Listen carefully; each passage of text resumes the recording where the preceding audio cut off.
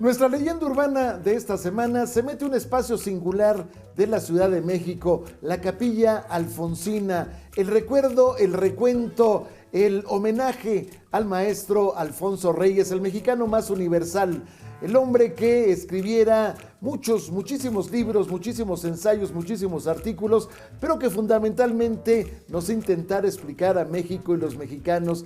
Aquí, en esta capilla, hay fragmentos de la vida del personaje plasmados en fotografías. También hay miles, cientos de miles, yo diría casi, de recuerdos, de recuentos del maestro y desde luego sus libros, La Capilla Alfonsina. Mi nombre es Alberto Barranco Chavarría y esto es Leyenda Urbana.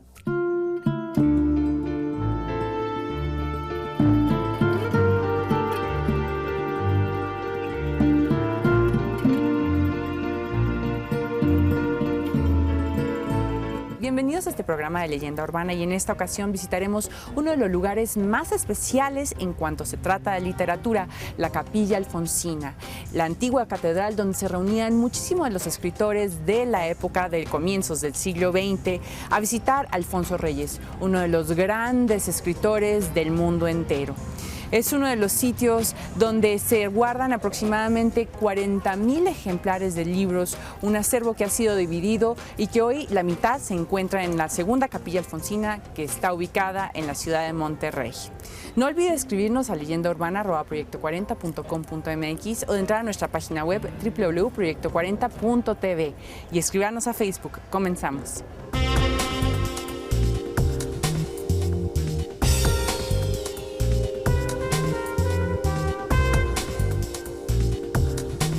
En 1938, el maestro Alfonso Reyes le encargó a su amigo Manuel Toussaint que realizara esta casona de la colonia Condesa. Estamos hablando de un lugar en donde, pues él quería espacio para su lectura, él quería espacio para sus libros, él quería espacio para escribir. Y bueno, de este periplo nacería esta casa donde viviría a partir de 1939 Alfonso Reyes, después de su regreso a la Ciudad de México en un largo periplo que se inicia en 1913 y que va corriendo a diversos países en donde Alfonso Reyes se desempeña como diplomático.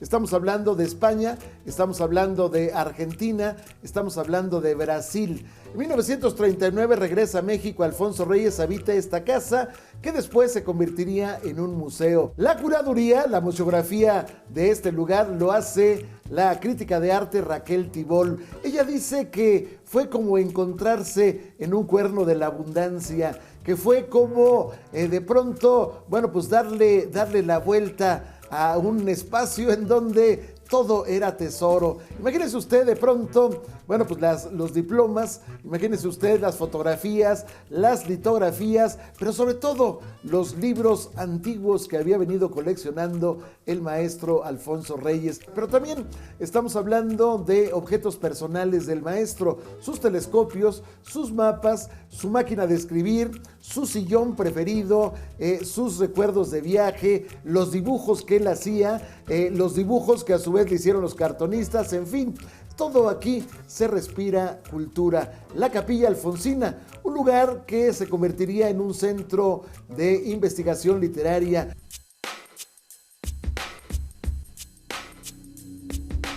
Obviamente, siendo nieta de don Alfonso Reyes, quiero darle la bienvenida. Muchísimas gracias.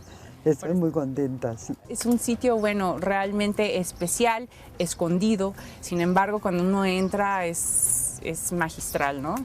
Sí, yo creo que una de las cosas que venía yo comentando es decir que la Capilla Alfonsina realmente es la única casa de Latinoamérica de un escritor.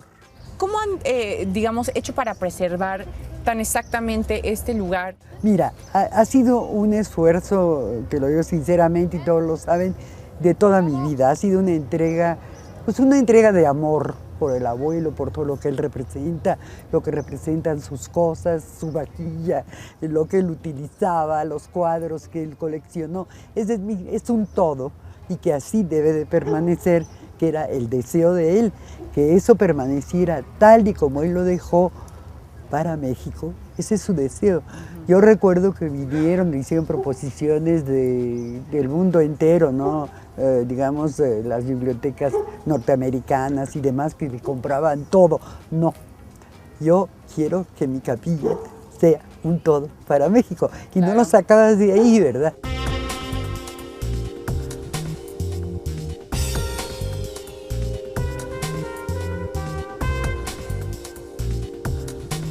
Cuando se entra a este recinto, se respira cultura. Hay un olor singular, el que dan los libros. Pero también en este lugar hay una serie de obras de arte que fueron hechas en honor del maestro Alfonso Reyes. Alguna vez su retrato, alguna vez, pues un óleo como el que está en el Colegio Nacional y que pintó David Alfaro Siqueiros. Pero también el maestro llegó a coleccionar una gran cantidad de cuadros de sus amigos. Estamos hablando de Diego Rivera, estamos hablando de su primera esposa, Angelina Beloff, estamos hablando de Roberto Montenegro, estamos hablando de Julio Ruelas, José Clemente Orozco. Alguna vez le preguntaron al maestro Alfonso Reyes que por qué no había sido crítico de arte, y él dijo que no, porque no le gustaría escribir sistemáticamente y menos de la obra de sus amigos. Finalmente, era amigo de todos ellos. Difícilmente podía haber tenido objetividad en hacer una crítica, lo reconocía abiertamente. Pero bueno, Alfonso Reyes nace en el año de 1889 en la ciudad de Monterrey. Él es hijo del general Bernardo Reyes, quien en 2 ocasiones sería gobernador de Nuevo León, una con carácter de interino y otra con carácter ya de gobernador electo por el pueblo. Bueno, este personaje le daría una disciplina a este jovencito Alfonso Reyes para que desde muy niño aprendiera a leer. Viene a México a estudiar en la Escuela de Jurisprudencia, que después se convertiría en la Facultad de Derecho. Aquí va a tener una labor importantísima. Por ejemplo, en 1911 va a ser uno de los creadores del llamado Ateneo de la Juventud. Ahí estaba José Vasconcelos, ahí estaba Julio Torri. Estamos hablando de un escenario donde se recreaba el pensamiento de entonces. Posteriormente, en el año de 1913 se va a recibir de abogado el maestro Alfonso Reyes. A partir de entonces había dado cátedras, ya era un catedrático reconocido, sobre todo en la materia de historia de la literatura mexicana. Sin embargo, él decide emprender un viaje que tardaría muchos años en regresar. Primero fue a España, le van a dar oportunidad de ser parte de la diplomacia mexicana. Él va a ser segundo secretario de la Embajada de México en España. Posteriormente va a ser encargado de negocios y de ahí, va a iniciar un periplo diplomático que se va a alargar hasta 1930, cuando por primera vez llega a la Argentina como embajador. Posteriormente va a Brasil y después regresa una vez más a España. Finalmente, Alfonso Reyes se instalaría en México en el año de 1939.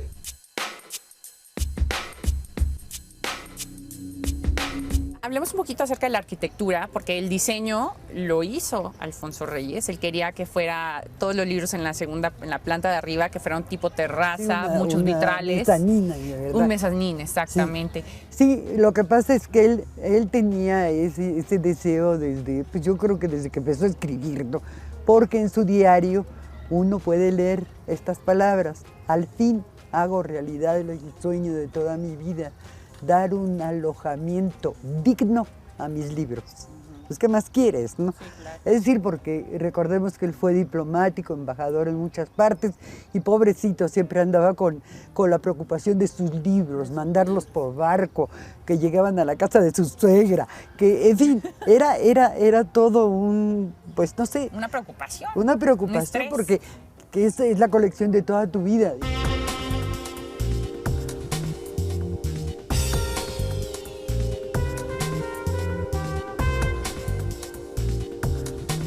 Hay una gran cantidad de anécdotas en torno a la vida del maestro Alfonso Reyes. Por ejemplo, cuando Raquel Tibol empezó a hacer la curaduría de todos los objetos, los libros, los diplomas, las fotografías, las caricaturas, todo lo que había en este lugar, se fue encontrando tesoros. Por ejemplo, de pronto había un clavel que estaba guardado entre las hojas de un libro y que se había secado. ¿Qué implica este recuerdo? ¿Qué le motivaría al maestro para guardar ese clavel? Como también, ¿qué le motivaría para guardar una invitación para un concierto de Lucha Reyes?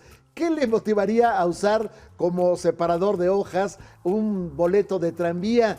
Y si le seguimos, ¿qué hacía una fotografía de una mujer enigmática en uno de los libros de poesía del maestro? Pero también hay otras historias. De pronto resulta que, bueno, pues él acostumbraba en las mañanas muy temprano salir de esta casa e irse a caminar. De pronto aquí llegaban jovencitos, aquí llegaba un niño pequeñito llamado Carlos Fuentes, mientras la señora doña Manuelita cargaba a Carlos Fuentes, mientras se asomaba por aquí un joven curioso que se llama José Emilio Pacheco. Bueno, hay otra anécdota también muy curiosa. Resulta que ellos, el matrimonio de Manuelita Mota y Alfonso Reyes, iban caminando por la calle de Alcalá, allá en Madrid. De pronto, bueno, pues él se ensimismaba con los libros, apenas veía un aparador, corría a ver los libros, y ella también se ensimismaba con los vestidos. Así, de pronto, pues se separaban uno del otro. Y un día se le acerca un madrileño, de esos decididos, de esos echados para adelante, como dirían, y le dice a Manuelita: guapa y reguapa. Y entonces don Alfonso, que oye ese requiebro, viene corriendo, dice: ¿qué está pasando? Se para junto a su esposa como defendiéndola, y el hombre se le queda viendo y le dice: lo dicho, guapa y reguapa, y tú, amigo, a crecer. ¿Qué quería decir eso? Bueno, quería decir que Alfonso Reyes era un personaje bajito de estatura, que en su momento, bueno, pues sí tenía, en alguna forma él le gustaba pues hacer mofa de su escasa estatura.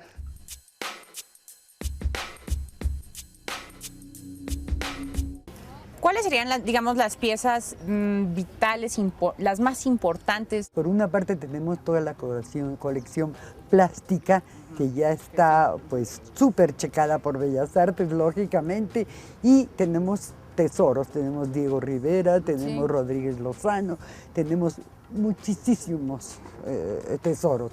Esa es la colección que él hizo de artes plásticas. Pero tenemos otra cosa importantísima: sus manuscritos originales de cada una de sus obras, luego toda la correspondencia con grandes hombres, pues digamos con Valle Inclán, Juan Ramón Jiménez, Azorín y demás, todos los españoles, los franceses, los ingleses, en fin, de todo el mundo, ¿no? Y también tenemos a, bueno, digamos todo lo que es con América Latina, Alejo Carpentier, Borges, es una de tesoros invaluables. Y por otra parte, los álbumes de periódicos, de recortes, de toda la trayectoria alfonsina. Yo no he visto eso. Que todo eso necesita conservación. Claro. Porque si no, se borran las imágenes.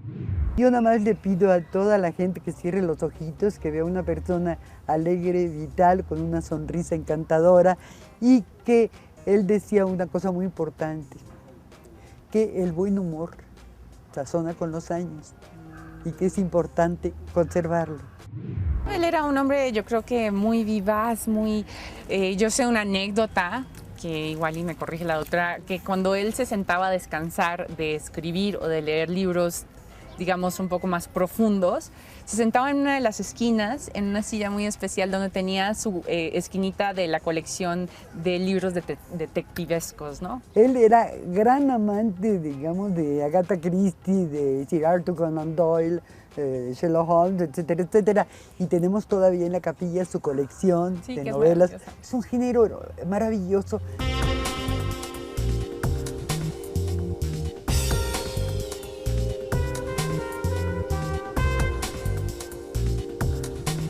Entre las singularidades del maestro Alfonso Reyes era que escribía a pie. Él lo confesaba, que escribía paseándose constantemente.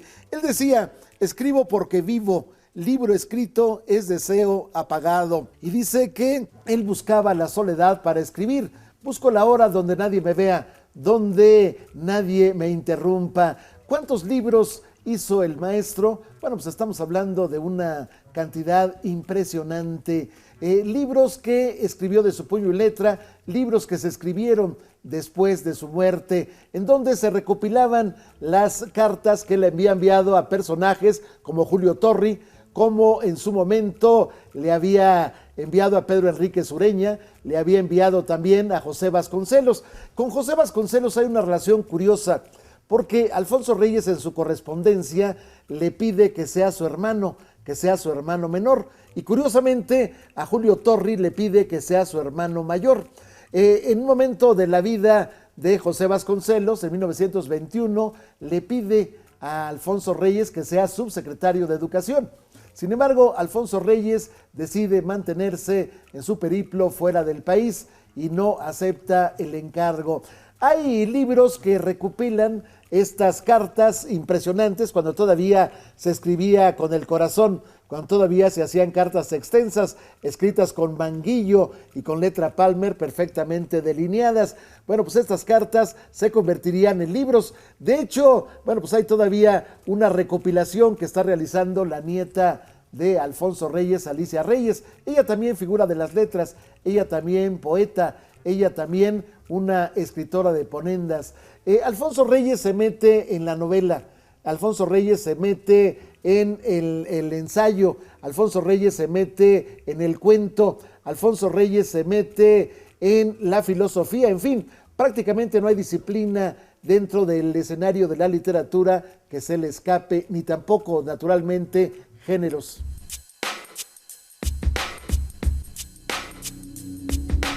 ¿Cuáles serían esas anécdotas, digamos, un poco divertidas, íntimas, que dejó el abuelo en el corazoncito de la doctora? En primer lugar, era un coqueto. Era más que nada una cosa que yo comentaba, Gracias, sobre doctora. todo con Ruedas de la Serna, un catedrático de la UNAM, y creo que él tiene la razón, que sí era coqueto, pero no en un afán enfermizo, digamos, sino más que nada, él sabía atraer a la mujer porque la entendía.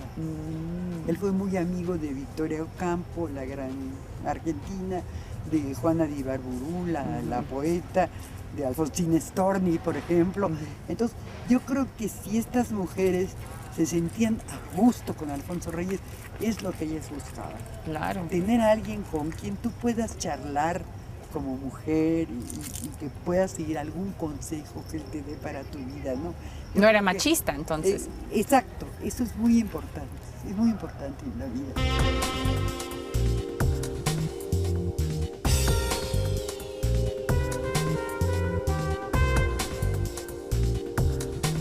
En su libro Ancorajes, del que se acaba de hacer una edición reciente con prólogo de Carlos Monsiváis, el maestro Alfonso Reyes nos habla de una anécdota de su infancia.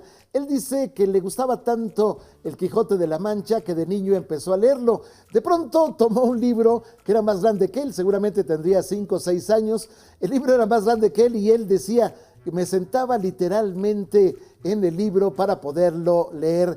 Esta obsesión por el Quijote va a perseguir al maestro durante muchos años. Él va a recopilar pues todas una gran cantidad de ediciones relacionadas con esta obra de Miguel de Cervantes y Saavedra, pero también, bueno, pues va a recopilar libros sobre el propio Cervantes escritos en el siglo XVII, en el siglo XVI, en el siglo XVIII. Hay uno, por ejemplo, que se llama Padre Cervantes. Hay otro que nos habla de las aventuras, desde luego sin ser el propio Don Quijote, de las aventuras del Quijote. En fin, hay una obsesión por él, pero también el maestro Alfonso Reyes tenía obsesión por las novelas policíacas. ¿Quién lo creyera que un hombre de ese tamaño intelectual, que escribe un libro monumental, importantísimo en la vida de México, que se llama Visión de la Nahua, quién diría que este personaje leía novelas, sobre todo las escritas en inglés?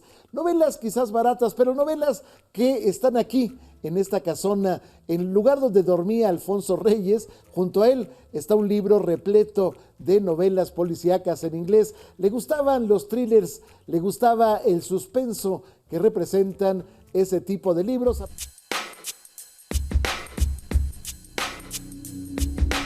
Entonces me imagino que también como abuelo era muy dulce. ¿Se iban ustedes a comer helados o qué hacían? No. ¿Qué era un En fin de primer lugar, semana en la nos familia íbamos Reyes? mucho al cine Lido porque estaba ahí en la esquina de la casa de ustedes y luego le encantaba el cine, ¿no? El abuelo era fascinante. Él fue el primer crítico de cine mudo en el mundo. Él estaba muy jovencito en España y ya emprendía crítica cinematográfica junto con don Martín Luis Guzmán. Y ellos se firmaban como seudónimo Fósforo. Y hay una sala Fósforo en la UNAM, en honor de ellos. Pero, digo, realmente el abuelo sabía lo que era el cine. Decía una cosa que a mí me impresionó, que no hay película mala. Siempre puede haber algún claroscuro que valga la pena, decía él. Yo los quiero invitar a todos. Si no han ido, vale la pena ir. Es una experiencia que transforma a cualquiera. Pues muchísimas gracias, doctora. Gracias. Por estar con nosotros aquí en Leyenda Urbana y compartir estas intimidades y estos pensamientos con todos los Muchísimas gracias devotos. a ti, a todo el equipo y como siempre todo mi cariño para todos ustedes que se interesan por el abuelo y la cultura. Gracias. Gracias.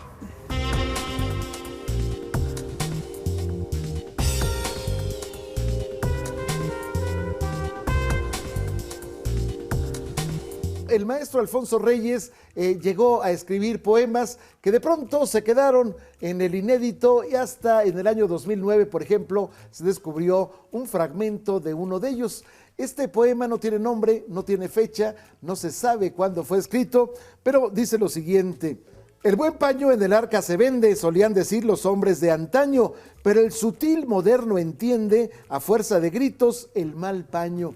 Esta era una crítica sutil, como todas las que él hacía a la publicidad que entonces había atiborrado los Estados Unidos. Pero el maestro Alfonso Reyes trasciende. En 1945 se le otorga el Premio Nacional de Literatura, pero también estamos hablando de un hombre que llega a ser el primer presidente de la Casa de España en México, que hoy es el Colegio de México. Posteriormente sería uno de los integrantes del grupo que crearía el Colegio Nacional. Pero finalmente la obra ahí está para quien quieran estudiarla. La obra ahí está para que la debatan en esta mesa. Gente que en su momento, bueno, pues quiere profundizar en el pensamiento del maestro. 1959 presenció la muerte del ilustre escritor mexicano don Alfonso Reyes.